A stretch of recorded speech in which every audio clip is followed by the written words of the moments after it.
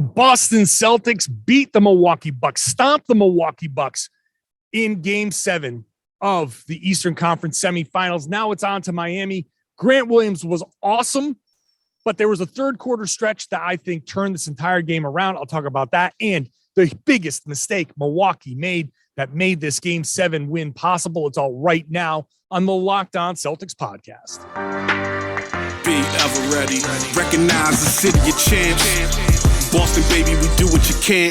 Locked on number 18, Tatum and Brown, J-team, step back. We gon' wet that and slay teams. Of course, the Celtics, who else could it be? Screaming like KG with the Larry O.B. Karalis above average, assessing the team status. Best daily pod, no cap, salary matching. Clutch like Bird the DJ, keep John on replay. Prime time, dapping up the truth on the sideline. Raining J's, how it started, raising banners, how we finished. Locked on Celtics pod, home of the winners. B. Hey there, welcome back to the Locked On Celtics podcast. Thank you for making the show your first listen every day and part of your daily routine. It's here for you Monday through Friday, free and available wherever podcasts exist. It's also on YouTube. Watch the show on YouTube. Subscribe to the show on YouTube. The goal has been 500 subscribers per series. We're almost at that 6,000 mark. We just need a couple dozen more. Maybe we'll get it by the time people watch the end of this podcast here. But hoping to hit that goal. And there's going to be another goal, another 6,500, because the Boston Celtics are going on to face the Miami Heat in the Eastern Conference Finals after a 109-81 win over the Milwaukee Bucks. I'm John Karalis. I cover the Celtics for Boston Sports Journal. I've written a book called The Boston Celtics All-Time All-Stars, and I was one of the media voters on the 75th anniversary team. And I am here for you at the TD Garden. If you're looking over my right shoulder, if you're watching the show on YouTube, that's the logo. I am on the floor courtside at the Garden after the win. Later on, that third quarter stretch, that big stretch that I think actually won the game for the Celtics. The most important part of the game, most important aspect, I guess. So whatever. That's coming up in the third segment. In the second segment, Grant Williams. This is the Grant Williams game. I knew there was going to be some weirdness because that's what Game 7s are. There's weirdness in Game 7. Somebody you don't expect to step up tends to step up. I called Grant Williams before the game. I was on Channel 5 with Duke Castiglione. I said it there. I said it on Boston Sports Journal. I didn't say 7 for 18 shooting from 3, but I'll talk about that in the second segment. But in the first segment, the biggest mistake the Milwaukee Bucks made in making this Game 7 win possible. I'd like to thank today's sponsor of Locked On Celtics, Sakara Nutrition. Sakara is a wellness company anchored in food as medicine on a mission to nourish. Go to sakara.com. That's S-A-K-A-R-A. Sakara.com/LockedOn20 or enter the code LockedOn20 for 20% off at checkout. So what's that big mistake? You know what the mistake is. The mistake is that they put the Game 7 here in Boston in the first place. That's the mistake the Milwaukee Bucks made, because home court advantage actually means something. And I thought this was a situation where the home court in Game 7 was the game changer. Having this game here in Boston meant something. And you go back to that final regular season game and where the Milwaukee Bucks said, you know what? We'll sacrifice home court against the Celtics. We'll sacrifice that home court in Game 7. We don't feel like we'll need it. You clearly didn't feel like you'd need it, because if you thought, oh God, we need to make sure that Game 7's at home, they would have gone for it, and they wouldn't have cared that they were going to face the Brooklyn Nets. The Celtics said, you know what? No problem. We'll take the second seed. We'll face the Brooklyn Nets. Smoked them, swept them. Then you take a bunch of time off, get your bodies right, come out here, and you play Milwaukee, okay, to a standstill. Milwaukee won 3 games. Game 1 was legit. Like, Milwaukee was the absolute better team from start to finish. Game 1, Celtics got smacked in the mouth. That was a give Milwaukee that. The other 2 wins could have gone either way. Game 3 in Milwaukee, Jayson Tatum sucked. It was 2 of 12, whatever it was. had 12 points or 2 of 20, whatever the number was. I forget it off the top of my head. If he was any good for any stretch, Celtics could have won that thing. Game 5 here in Boston, the Celtics blew it. The Celtics blew it. For a second, I was like, wait a minute, was it game 5? Yeah, it was game 5. A little brain freeze here. It's been a long day. But in game 5, the Celtics blew it. They had that 14-point lead, and they played like crap. The old Celtics kind of came back in. And look, Milwaukee still needed to go perfect from 3 in the fourth quarter, and they needed that Bobby Portis tip in. Like, any number of things could have gone differently in that game. The Celtics could have won. They didn't. All right, fine. I've said multiple times that the champs come in and they play with poise, and it doesn't matter if you've won on the scorecards for 11 rounds. If you get knocked out in the 12th round, you get knocked out. So give Milwaukee the credit. But even the Locked On Bucks podcast, I listened to the Locked On Bucks podcast.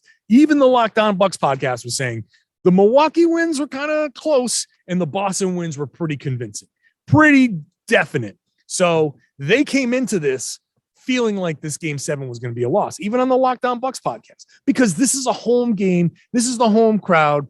And let me tell you, at this point, everybody's beat to hell. Everyone's beat to hell. And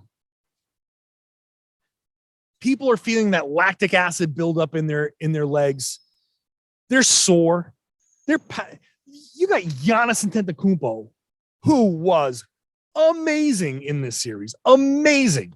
The Celtics played him. I think they played great defense on him. And he became the first player ever to score 200 points, 100 rebounds, and 50 assists in a series. And I thought the Celtics played him great in this series. Could not ask him to be any better on Giannis. And he still went off for like 40 a game and had that stat line, historic stat line. But by the end, he was sitting there. I'm sitting on the sideline. Where am I? I'm at the scorer's table. My laptop is sitting on the scorer's table. You look behind me. You can get that orientation. I'm like on the top hat side of the leprechaun.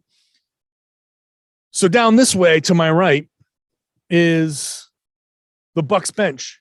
And down there is where Giannis slumped into his chair. And yeah, he was kind of beaten, defeated at the end when he came out. He was also like gassed, wiped out, done. He gave this series everything they had. Running into Grant Williams and having Giannis run into you over and over and over again. Everyone's beat to hell. So how do you get that advantage? How do you come out of this and say, well, the Celtics had more energy down the stretch? Because the people who are filling these seats. And when you're out there, it's in your brain. The fatigue is in your brain. Your brain releases the adrenaline, the chemicals. Your brain sends it to your body and says, okay, adrenal glands, release. That's how it works. But your brain has to say, do it. I can't just sit here and be like, okay, brain, tell the adrenal glands, I want some adrenaline. I'm feeling kind of logy. Let's go. No, you have to have a trigger. And when you're out there and you're playing and the shot falls and you turn around and this place is packed and screaming for you, you get that little feeling. That's what home court advantage is. That's what it is.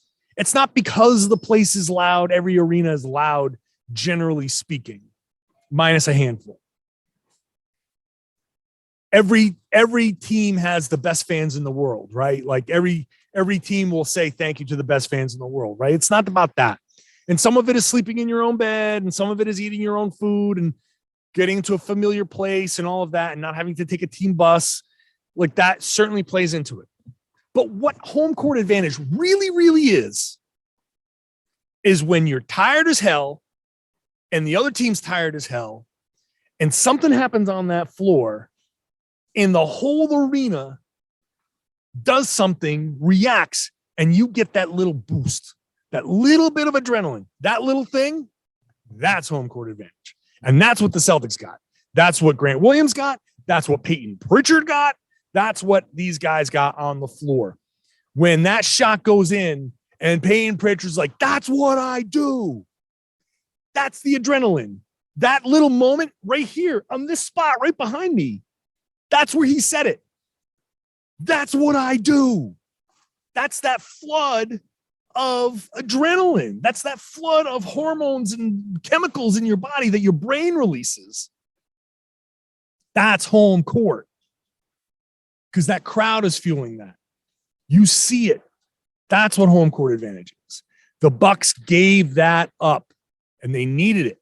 They needed it because by the time Game 7 rolled around, everybody was wiped out. Everybody came into this with the gaslight on their dashboard. It was Milwaukee that ran out of gas. It was Boston that found a way on fumes to get to the end. Milwaukee screwed up. I see all you Bucks fans. If you're still watching, if you're still listening, you might have moved on. They probably not even here anymore. Oh, but I got the receipts though. I got the receipts. I'll be pulling those. You all came into my YouTube comments. Don't think I'm just going to sit there and let that happen. I'm just going to wait till the opportune time to let you know that I see all these comments and all these Bucks fans calling me arrogant for saying that the Celtics being physical would impact the Bucks, that being a physical series would favor the Celtics. But who was the one that wore down? It was the Milwaukee Bucks that wore down. Up next, let's get to some Grant Williams. Let's talk about Grant Williams, or as Jaylen Brown calls him, Grant Curry, because Grant Williams broke a Steph Curry record.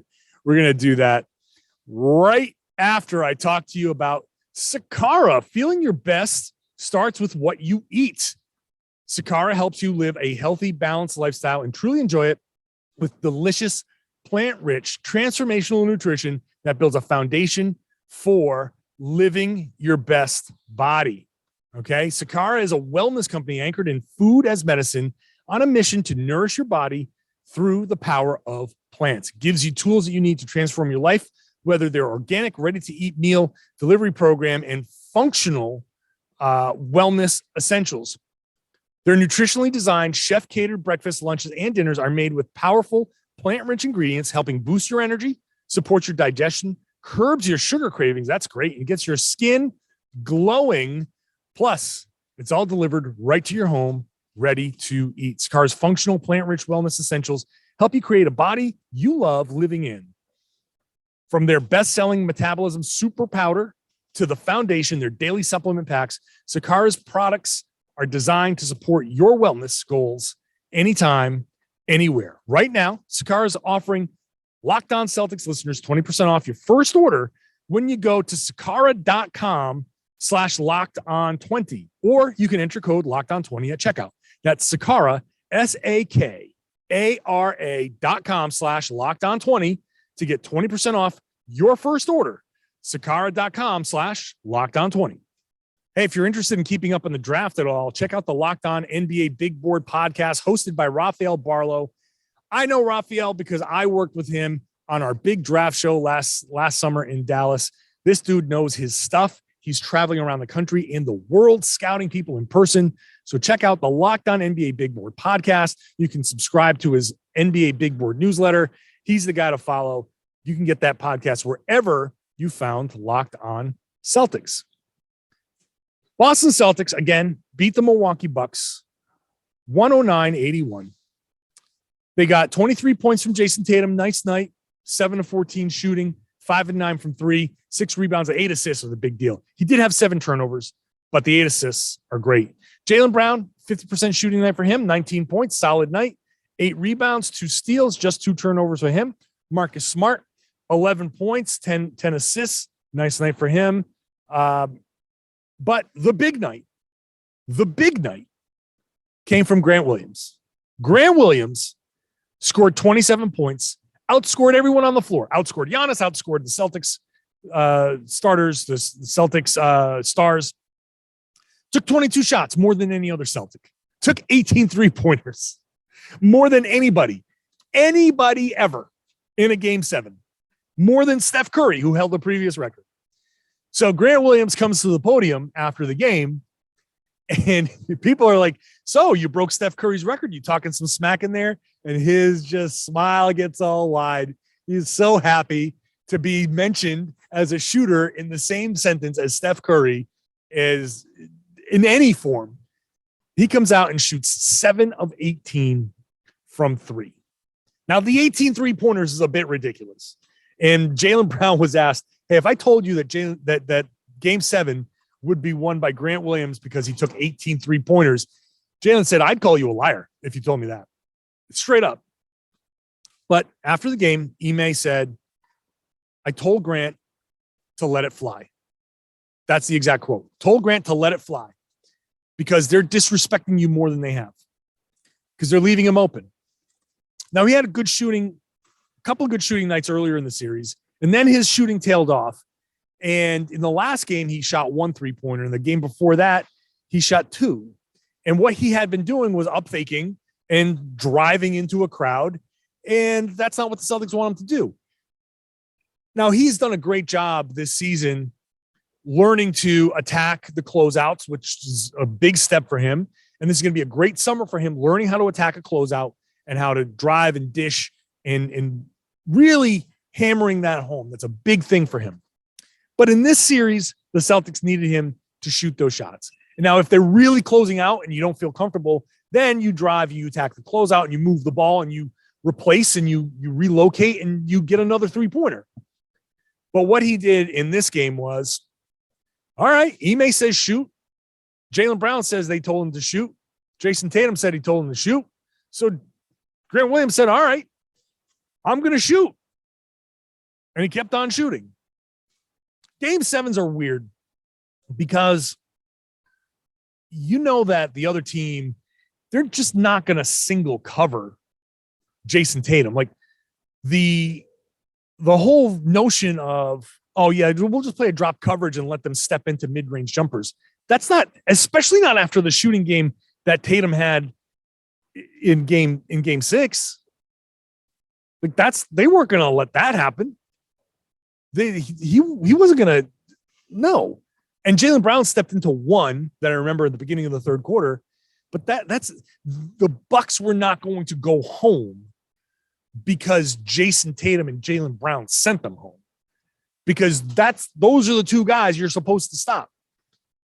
It becomes like it's as if I said, hey, look, if the Boston Celtics are going to lose, I'm okay with the Celtics losing. If you dare Grayson Allen to beat them and Grayson Allen beats them, then you say, all right, which actually I don't want Grayson Allen to do anything. I'm happy that he lost. I'm happy that I had an offer. Fans kept booing him when he came in, and I get it, but you should be cheering when Grayson Allen comes in. I think that's a more effective taunt. When you're a dude on the other side and you check in and the whole crowd goes, yes, yes. You know, that's like, wait a minute. Why are you happy that I'm in? It's because you suck. It's because you can't defend and you can't hit a shot and you can't make a layup. You're playing terribly. You're playing the worst basketball we've seen on a basketball court in a long, long time. You and George Hill. You know, like we should have gotten like some kind of organized chant that was like creative, like, you know, something about Grayson's defense and whatever, like, but whatever, like that's who you want to beat you. Somebody else, not Giannis. If the Celtics lost this because Giannis had 60 points and he had 20 rebounds. So if he had 60, 20, and 14, you'd be like, couldn't do anything to stop this dude. I mean, he couldn't do anything to stop that dude, really. Like I said, they defended him well and he had an awesome series. But Milwaukee was not going to say Tatum and Brown beat us. They dared Grant Williams to do it, and he did it. And he did it in rhythm, and he took the open shots, and he didn't, even at the beginning where he hit the first one, and he missed a couple after that, and he started to be hesitant about it. And Ime told him, keep shooting, because what else are you going to do? You don't do anything else on offense. You shoot or you hurt us. And so he said, all right, fine, I'll keep shooting. And next thing you know, just kept on going and kept on going and kept on going. And just kept burying the Bucks. And that's deflating to the other team. When you have a defense geared towards, all right, we're gonna stop everybody else, and good luck, Grant. And he goes, okay, sure, no problem. I'll take this. And he took it. Grant Williams in the first quarter hit his first shot, was 1 for 3 from 3. Struggled after that in the second quarter. He ended up 2 of 5 after that. In the second half, Grant shot 4 of 10, 6 of 12 overall, 16 points in the second half. He and Peyton Pritchard were the only two Celtics in the second half in double digits. Jayson Tatum scored 6. Jaylen Brown scored 9, 4 of 6 shooting. Grant Williams in the second half took twice as many shots as anybody else on the Celtics. How ridiculous is that? Honestly, how ridiculous is that? 12 shots for him, 10 of them three-pointers. 10 three-pointers for him. He took a third of Boston's three-pointers. He shot 4 of 10 in the second half. Milwaukee was 1 of 14 in the second half from 3. And you got to give credit to the Celtics defense, and Grant was part of that defense. Got to give credit to the Celtics defense for closing out on those shooters and, making it tough. Every time Giannis put the ball on the floor, it felt like there were 5 hands in there digging at it. He had 5 turnovers, and I'm surprised that it was 5. Giannis held to 10 of 26 shooting. A lot of those in the paint that he couldn't finish. You could tell he was gassed. He didn't have anything else. That defense was just spectacular. The Celtics defense was a clinic in this series. So then you get out and run, and then you have Grant kind of trailing. You get the ball movement. All worked out perfectly. It was beautiful. So Grant Williams has his breakout game, his Kelly Olynyk game. The game where somebody has to step up, right? Because you need somebody to score that 20 points and put you over the top. Well, he's the guy that did it. But that's not the key stretch. There were 2 others, but one really, really important one came in the third quarter. You might know what I'm talking about. I'll talk about that when I come back. First, let me talk to you about Built Bar and birthday cake puffs. Built Puffs. I talk about Built Bars because they're protein bars. They taste like a candy bar, but they also have puffs, which is basically like a protein-infused marshmallow. Okay? It's only 150 calories, but it's got 16 grams of protein in it. It tastes like a piece of birthday cake. And the best thing I can tell you, the absolute killer selling point, is that I had a 13-year-old in the car with me. I pick up my shipment. I'm like, oh, great. They sent me Built Puffs, these birthday cake puffs. So I said to the kid here, I was like, hey, you want to try one of these? Sure. And then he grabbed another one after he was done with it. This is a 13-year-old kid. They don't eat stuff that they don't want to eat. He grabbed the Built Puff, the birthday cake puff. He's like, you know what? I want more of that. So it's delicious. If you haven't tried one, it's like a chocolate covered marshmallow protein bar. It's delicious. Like I said, 150 calories, 16 grams of protein, 9 grams of sugar in this particular limited edition flavor. So go to built.com, use the promo code LOCKED15, LOCKED, LOCKED15. You get 15% off your order. Locked15 works every single time. Use it on the Built Puffs, use it on the Built Bars. Figure out whatever you want to get, stock up later. You don't have to feel pressure to get it now. Locked15 gets you 15% off at built.com. Hey, thanks for making Locked On Celtics your first listen every day. Why not make Locked On NBA your second listen every day? They've got the playoffs covered. Now, normally I'm one of the Wednesday hosts this week. I'm not going to be on Wednesday because Tuesday night is game 1 in Miami. But still follow Locked On NBA because normally I'll be there on Wednesdays with Jake Madison. It's a great podcast covering the league. Fun games in this tonight for them to cover. Phoenix got blown out I looked up from writing and they were down 40. Phoenix bounced. Bye-bye, Phoenix. You're out. Dallas advances to the conference finals against Golden State. So Boston Celtics, Miami Heat, Golden State, Dallas Mavericks. That's your final four. So now we're on an every other day. Celtics play 8:30, which is really 8:45 because it's the ESPN game. So this is late games now. I can see already everybody complaining already on Twitter. It's Tuesday, Thursday, Saturday, and so on for the series. In fact, let me just double check here because I've got the Celtics schedule open in a different tab. Celtics Tuesday, Thursday, Saturday, all 8:30. Monday night at 8:30 at home. Then the following Wednesday at 8:30. Then the following Friday at 8:30. And then the following Sunday at 8:30. So every game's an 8:30 p.m. start, which is really 8:45.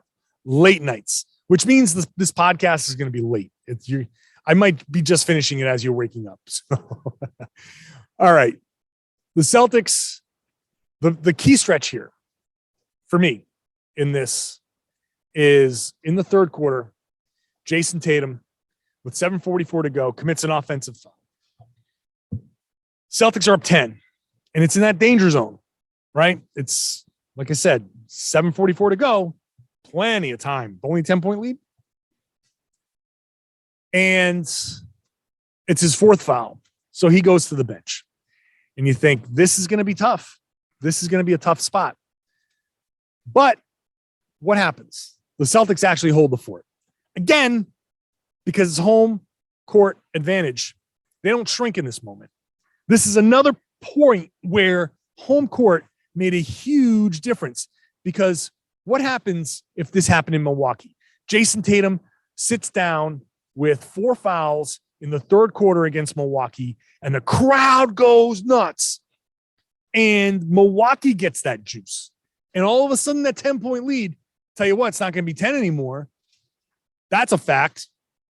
Because in Milwaukee, that little extra juice, that's going to fuel a run. Guarantee you that's going to fuel a run against the Celtics. But what happens? Right away, Derek White comes in. He gets a steal. Steals the ball from Giannis. Hits Al Horford. He gets a layup. It's now a 12-point game. So Holiday gets it to back to 10. Grant Williams hits a three-pointer. It's 68-55. Now that's at the 6:20 mark, and it stays 68-25 until the 4-minute mark. 68-55 until Bobby Portis finally hits a three. Somebody hits a three for Milwaukee.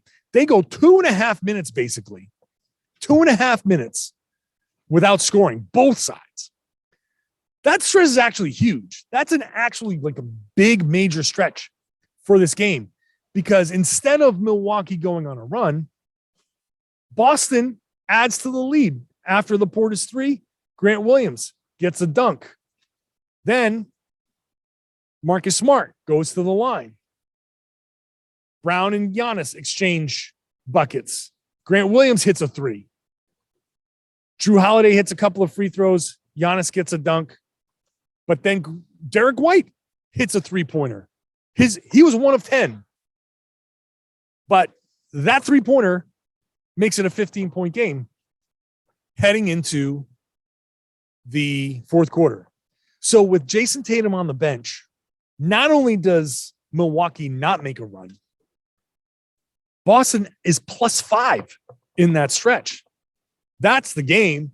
That's the game. Now, it's still, you got to go through the fourth quarter, right? You still got to go through the whole fourth quarter, and it's nothing safe, because the Celtics have blown a 14-point lead with 10 minutes to go in the fourth quarter. There's nothing that says them with a 15-point lead to start the fourth quarter is anything. But Grant Williams, three-pointer. Jayson Tatum comes in, hits a shot. Then Peyton Pritchard goes bananas. Like I said, right here in this spot. That's what I do. Pritchard comes in, makes a big impact. Pritchard made a big impact in this game. Early in the game, it was him driving and dishing, collapsing the defense. Great job. Now we saw a couple of plays where they picked on him defensively, and that was like, okay, we knew that was coming. But that little stretch for him driving and dishing was huge. And then he hits those 3-pointers, and then he's grabbing offensive rebounds, which is the most inexcusable thing that that you could have as a Milwaukee Bucks team. You're the big, bad Milwaukee Bucks. You're the tallest team out there, and you're letting Peyton Pritchard swoop in for offensive rebounds. Crushing. That third quarter stretch where the Celtics not only survived, but added to their lead in the third quarter is where you felt really, really good about this game. Even though it was still within striking distance, the Celtics never let Giannis get into anything. They made life difficult on him. It's great performance all the way around for the Celtics. Obviously, it was a 28-point win for them. So now it's Miami. And so tomorrow I'll be recording a crossover podcast. Let's see how I piss off Miami Heat fans. I'll tell you what, though, I pissed off Brooklyn Nets fans, and I was right. I pissed off Milwaukee Bucks fans, and I was right. So let me chew on how I think this series is going to go. But I'll stay consistent. I said whichever team comes out of this series is going to beat the Miami Heat. I still think the Celtics are going to beat the Miami Heat. Let me think about, though, how that's going to happen, because there is going to be some carryover. The Heat got a couple extra days. They had a different kind of series against Philly than Boston did against Milwaukee.